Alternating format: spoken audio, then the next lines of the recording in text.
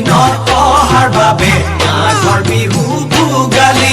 জানানে নাচনী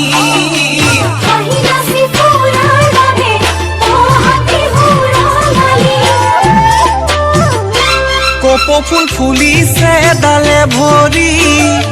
ফুলিলে নাহৰ তগৰ মালতী কপৌ ফুল ফুলিছে ডালে ভৰি ফুলিলে নাহৰ